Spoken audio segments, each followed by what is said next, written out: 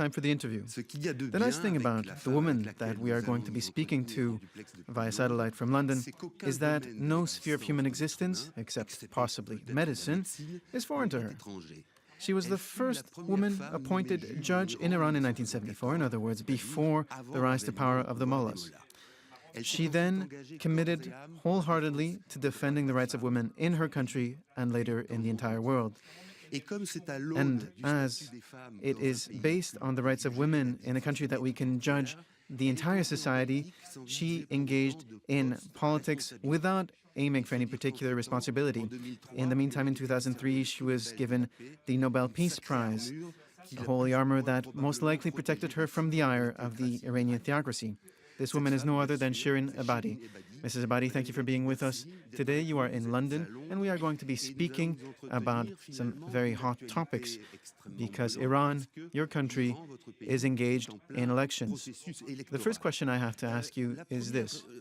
It's a question that looks to the past. Do you believe that the reform candidates are still the embodiment of the spirit of the revolt of 2009, or have we completely moved on to something else? در درجه اول باید بگم انتخابات در ایران آزاد نیست. First of all, the elections in Iran are not free, because in all elections, and in particular in the elections to be held this month, the candidates, all the candidates, have to be approved by the Council of Guardians, and it's the members of this assembly. In fact, they are not representatives of the people, and there are many people who were rejected, whose applications were turned down. 40% of the candidates were not selected, were not accepted. Therefore, the people are only able to vote for those persons who have been selected. And during these elections, there are many reformers, many reform candidates who were not selected. And in order to be able to fill the list of reformers, they were compelled to include some of the Iranian fundamentalists in order to work with them. And therefore, it is interesting to see that part of the fundamentalists who are on the reformers list came and they said, well, we were put on this list without having accepted it. And unfortunately, the consequence of this is that the reformers will get fewer votes.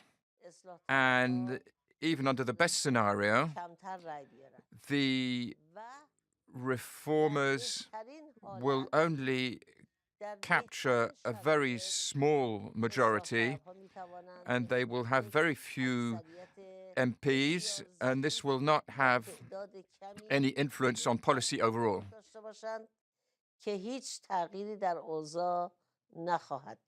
Yes, but nevertheless, do you trust the current president, Hassan Rouhani, in order to restrict as much as possible the grasp, the influence that the principalists, the fundamentalists have? Do you trust him for that? According to the Constitution, all powers are in the hands of the guide of the Republic, of the Islamic Republic, and not the president.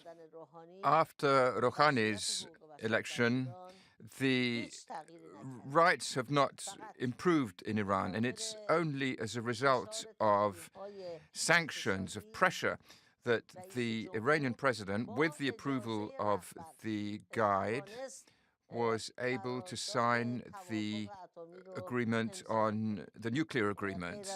Apart from that, there has not been any change, there has not been any progress, and the Iranian president does not have any power.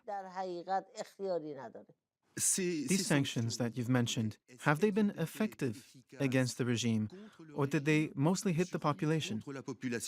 The sanctions put a great deal of pressure on the people, and clearly the situation has reached the point where the people in turn have put pressure on the government, saying that the emphasis on the nuclear program should not continue. The government's finances have been put under pressure, and therefore the government was compelled to sign the nuclear agreement.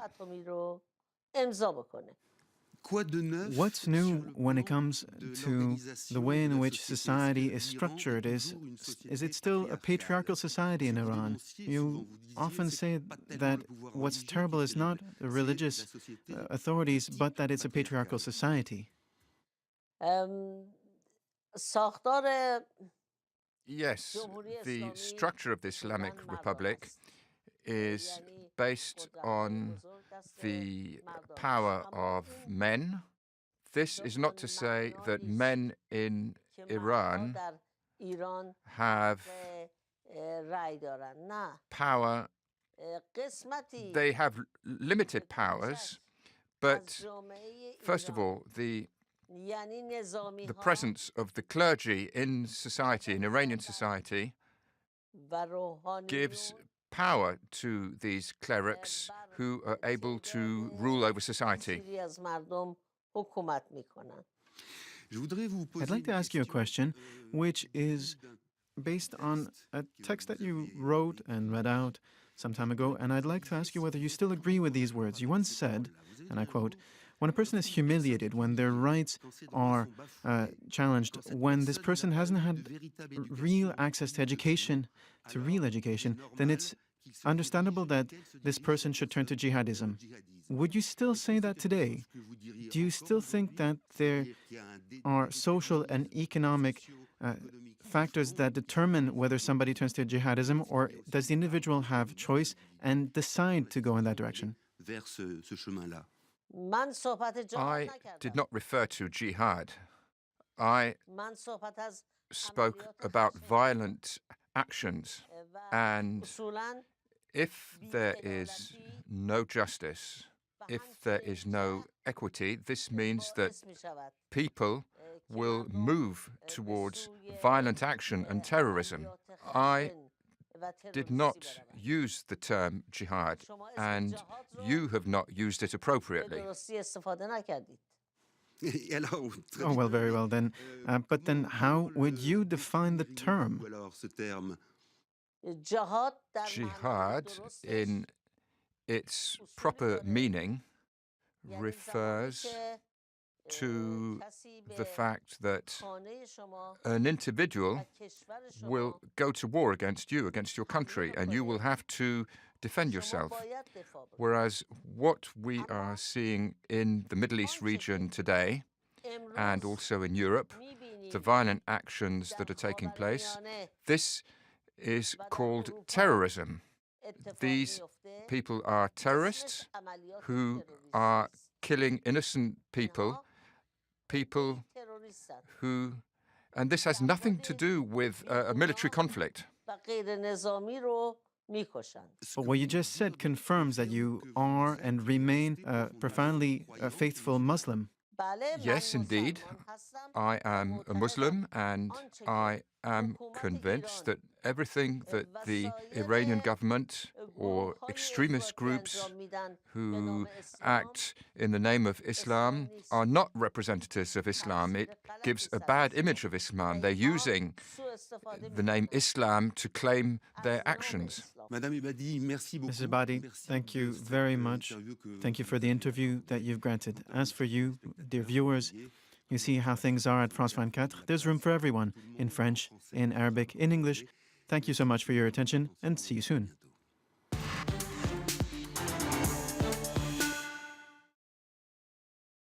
Hello there, this is Live from Paris on France 24. Get connected with France 24 social media. Take the first step. Tweet, like, become a fan of, break away from your TV.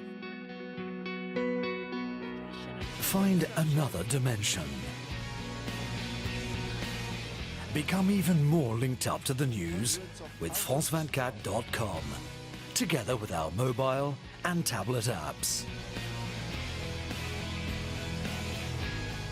France 24. Get a connected view of the world.